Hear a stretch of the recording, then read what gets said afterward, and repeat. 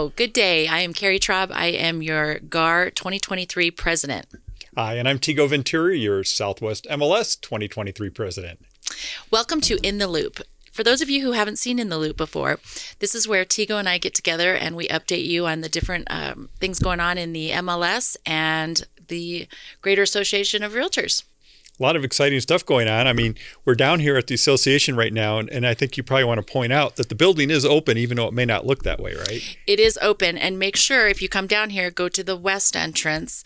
Don't do as I do, do as I say. Got it. So Carrie, let's talk about the building. What's going on with the building? Well, it's very, very exciting, and if you haven't been down here, I highly recommend coming down. First and foremost, it is open. But also you can see all the work that they're doing. They're moving so quickly. I've never seen construction move this quickly, so I'm pretty excited about it.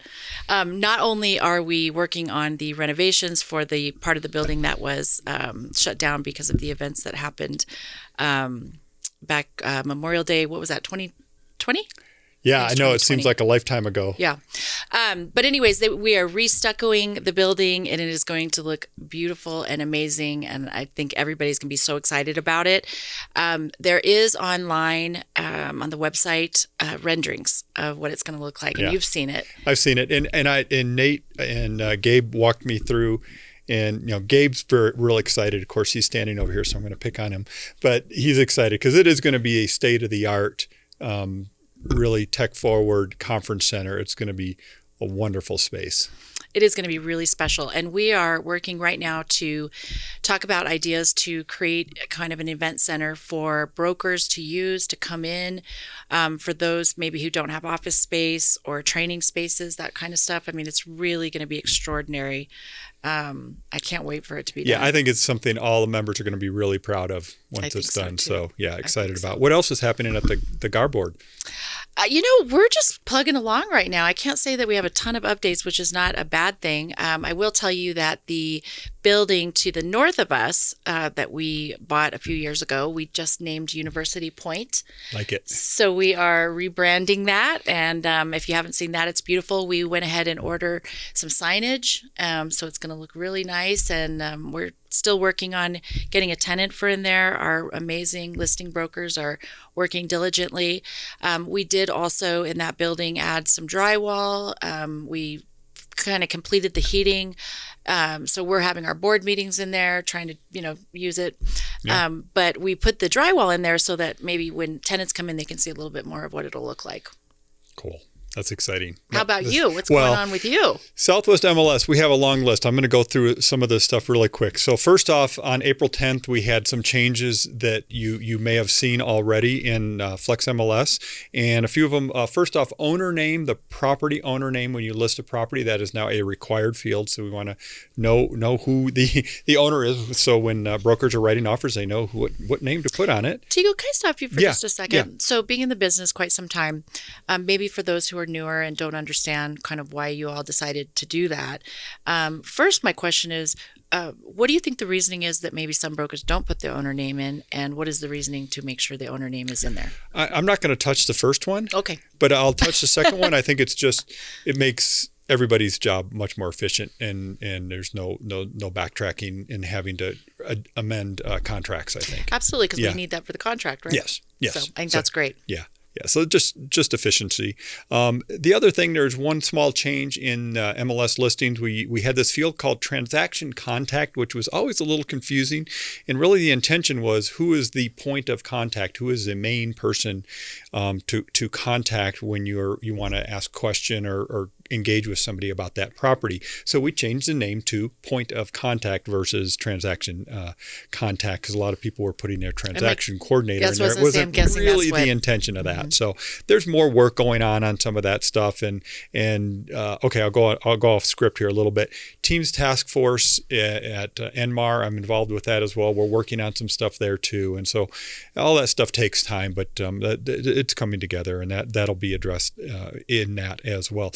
The other thing, we gave GAR staff, the compliance staff here with Swimless, the ability to correct simple obvious errors in listing information. Example would be $300 versus $300,000, or, obvious spelling errors and just things that are very obvious, so they don't have to go back and get with the member and say, hey, was this a mistake? They're just going to fix it.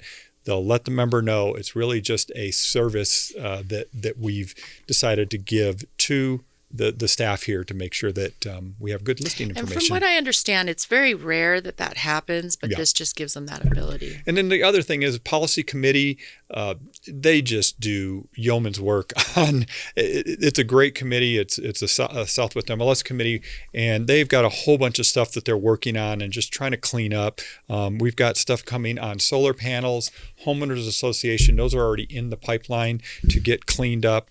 We're also going to be fixing land property types. And there's a whole bunch of other work going on. The other day we had a whole big conversation about water source and in cleaning up those things. So all those things, it's just a process, and we're working through it. So there's more coming on that, and we'll continue to do that. So just want to let you know. The other thing I wanted to bring up and just let everybody know, Showing Time, we did sign a extension to our contract, so Showing Time will still be our showing software.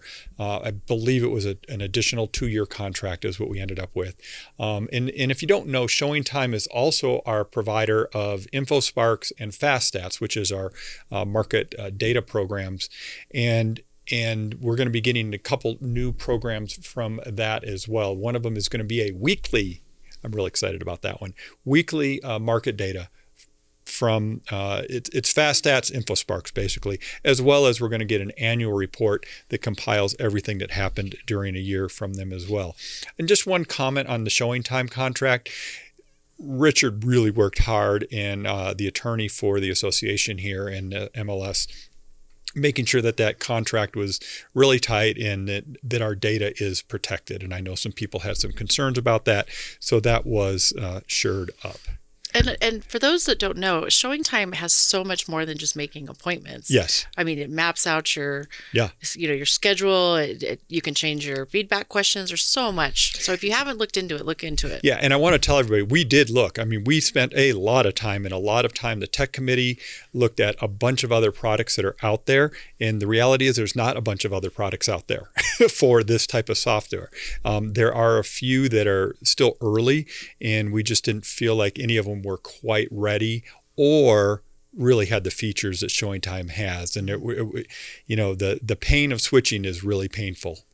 Anybody that was around when we switched from Rapatoni to Flex, you guys know. So the pain of switching, you got to take that into account. So anyway, so that's where that's on the showing software. Okay, this is the big one. Drum roll. Rental Beast. We have a launch date. If you haven't heard, Rental Beast, we're saying the week of June 12th is when Rental Beast will launch. Rental Beast is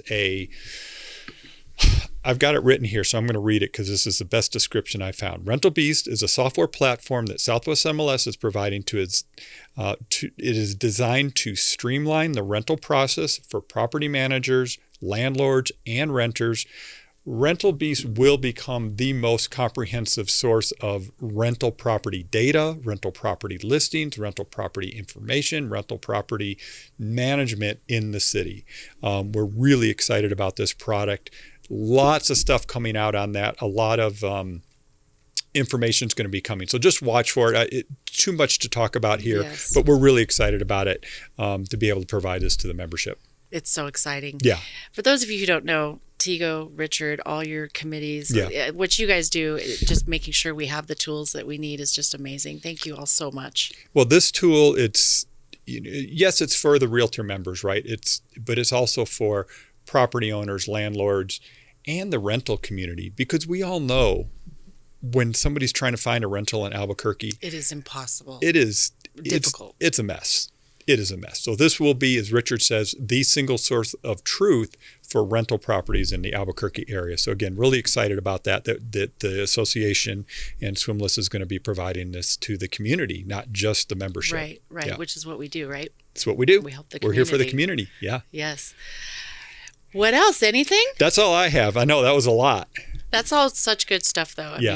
mean, I go into my MLS every day and look at all those stats. So weekly would be really great. Yeah, the weekly one is I've seen the demo of it obviously a while ago. It's great. Just it really gives you a feel for what's going on, because right now we see it when it happened a month ago. We can get a real feel in real time what's happening in our market. Exactly. Yeah. So that actually brings me to a question for you, since we all know you as the guru of statistics The market and data information. geek. Yes. Yeah, the nerd. Yes, Yeah, and we yeah. love it.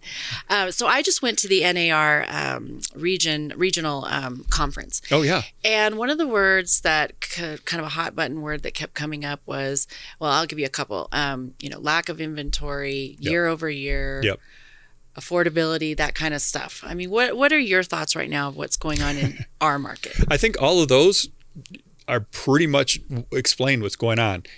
Lack of inventory, we all know, right? Of course, we're up over last year, but before we went on the air, we were just talking about how you can't compare anything to March of last year and April of last year. March, April, May of 2020 were just unprecedented. I don't know what the other word is. Yes. So yes, we're more inventory, but as of today, I think there's 1,100 homes on the market in Albuquerque. That's still a third or maybe a half of what we had in 2019 at the same time. Right. So the inventory issue, and we know that's not getting better. We know there was a bunch of stuff down at the city last night about the ADUs, and that's working its way through. So maybe we've got some relief coming there. There's a lot of things actually going on at the city and the state level, which has been really interesting lately. It's been good to see that the city and the policymakers are recognizing that there is a serious inventory issue, a lack of housing in general in our community, and are trying to address it. So for those who don't understand what you were talking about at the city level and Yeah. what happened last night, do you just want to touch on that real quick? Well, I don't know what came of it, but I know that the city is working on some zoning changes to allow people to have an accessory dwelling unit on their property in certain areas. And I don't know all the details, and I know there's some members out there that are doing some really good work on that and really engaged in that. And maybe we can get them in here and give us an update. That would be a great Yeah, idea, I think we should, because which would create more housing. Yeah. Which is one of our, one of our big challenges. Yeah. Affordability. I mean, you hit on that. Obviously, we know, right? We went from 3.5% mortgages at the beginning of last year to 7% mortgages, right? Yep. We went, we've had 35-40% increase in home prices in the last 3 years or so, give or take, right? So affordability is a challenge, and we all see it. One thing that I want to point out, and you and I kind of watch everything that's going on with the industry, but NAR, one of the big wins that we had was assisting in getting the FHA mortgage insurance reduced. Mm-hmm. So that's an average of say $3,000 a year for an average FHA buyer, and so that in itself helps a buyer to what they could get into a year ago and has changed now because of interest rates. Now that helps them a little bit, gives them a little bit more room. So NAR does some good things out there.